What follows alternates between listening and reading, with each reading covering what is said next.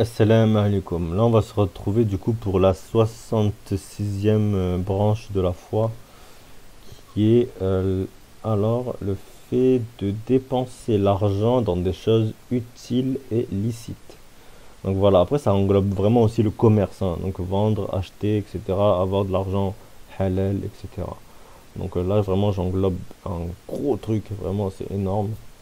Mais bon, là, on va en parler surtout de quelques points aujourd'hui.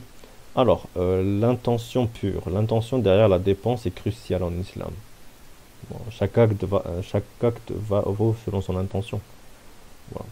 Il est recommandé de dépenser de l'argent avec une intention pure en cherchant la satisfaction d'Allah, en cherchant à faire le bien dans la société. Voilà.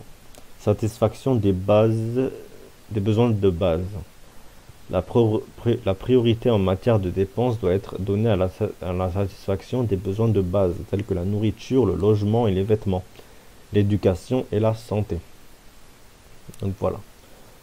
Nourriture, logement, vêtements, éducation et santé.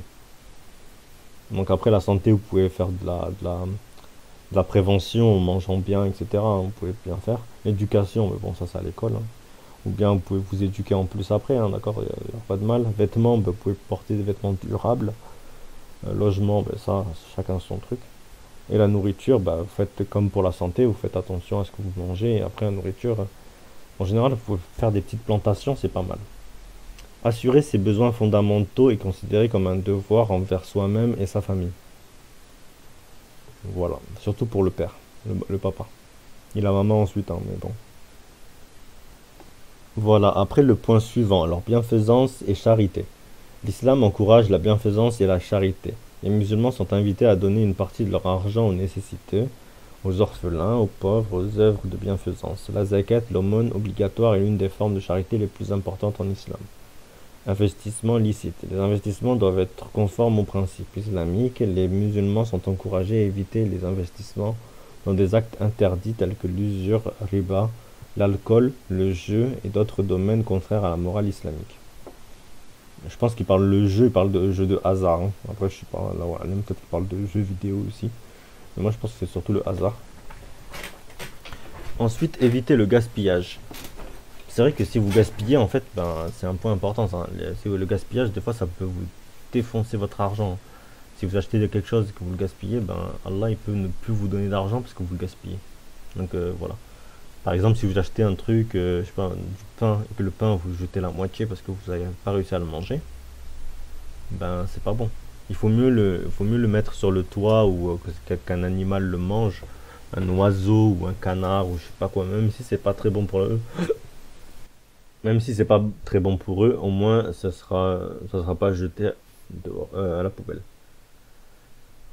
Donc l'islam condamne le gaspillage, les musulmans sont encouragés à être modérés dans leurs dépenses et éviter le luxe excessif.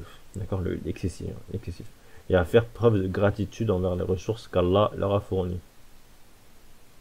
Ensuite, soutien aux proches. Il est recommandé de soutenir financièrement les membres de la famille, en particulier les parents, les frères et les sœurs, et les proches qui pourraient être dans le besoin.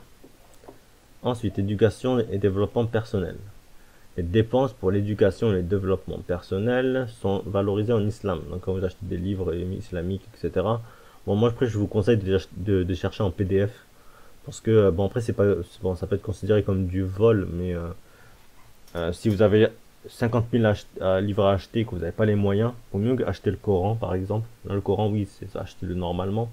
Mais il y a des livres, des fois, si vous n'avez pas la place chez vous, ça sert à rien de les acheter, ils vont prendre la poussière. Alors que le PDF, vous pouvez le lire facilement, partout, dehors, etc. C'est plus pratique et c'est gratuit. Donc après, c'est chacun son avis, hein. Il y en a qui vont dire que c'est du vol, il y en a qui vont dire que ils font comme ça, il y en a qui disent ouais, peut-être jamais essayé, etc. Bon bref, chacun votre avis. Si vous voulez le partager, votre avis, il n'y a pas de problème, allez dans les commentaires et dites j'adore les PDF ou j'aime pas les PDF ou j'ai jamais essayé, etc. Enfin, comme vous voulez en fait, hein. Vous n'êtes pas obligé, hein, d'écrire ce que vous voulez. Ensuite, j'en étais où? Donc voilà, acquérir la connaissance, acheter des livres, c'est pas mauvais. Même au pire, acheter Riyad al-Salihin, le Coran, et deux trois livres et c'est tout. Après le reste, trouvez-le en PDF, ça ira très très bien. En fait, ça sert à rien d'acheter des fois des livres pour juste dire ah tiens j'ai ce livre, mais je l'ai jamais lu. Vous voyez ce que je veux dire? C'est de l'ostentation. Et les gens, ils achètent des trucs par ostentation, pour faire, comment dire, non, mais pas vraiment par ostentation, mais par hypocrisie. Voilà. Pour faire semblant de montrer aux gens qu'ils sont érudits alors qu'ils n'ont jamais lu le livre, en fait. Voilà. Éthique dans les transactions, le point suivant. Éthique dans les transactions commerciales. Les transactions commerciales doivent être menées de manière éthique et juste. Et l'islam interdit la fraude, la tromperie et toute forme d'injustice dans les transactions financières. Mais malheureusement, dans des marchés, des fois, on vous dit pas le prix et le prix change selon la personne. Ça, c'est un truc qu'il y a dans les marchés qui est très très mauvais. Je crois que c'est dans les marchés du monde entier et c'est pour ça que c'est vraiment mauvais. Donc, on encourage la planification financière. Les musulmans sont encouragés donc à gérer leur argent de manière responsable, à économiser pour l'avenir et à éviter l'endettement excessif. D'accord?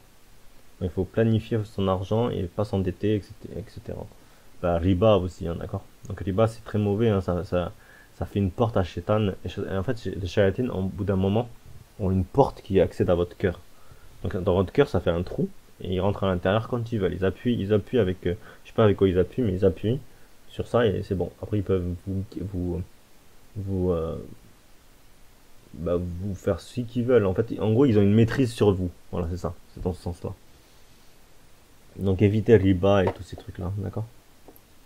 Ensuite, donc gratitude envers les bienfaits d'Allah.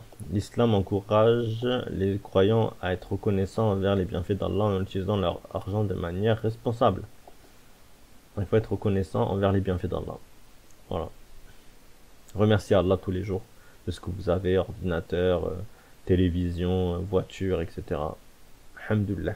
Et j'ai des jambes, je respire normalement, j'ai pas besoin d'une machine, j'ai pas besoin d'une. Le truc qui est bien. Malheureusement, c'est aller à l'hôpital, voir les gens qui sont dans l'hôpital. Des fois, vous verrez que les gens, ils souffrent, hein. Et si on leur dirait, Yarbi, non, si on leur dirait, t'as le droit à avoir, comment on appelle ça? Des jambes, parce qu'il y en a des fois, ils ont plus de jambes, mais ils kifferaient. Ils échangeraient n'importe quoi pour avoir des jambes fonctionnelles. Et là, des fois, ils ont été amputés. Vous avez des jambes, vous marchez. Donc voilà, il faut être reconnaissant aussi envers Allah et vraiment faire tout pour tout ce qui peut être fait pour avancer en fait, d'accord? Bref. Avancer surtout, mais surtout être reconnaissant. Et ça permet d'avancer, d'être reconnaissant en fait. Allah augmente les bienfaits quand vous êtes reconnaissant envers lui. Voilà. Bon, bah c'est fini pour cette branche de la foi qui avait, ma foi, beaucoup de points intéressants.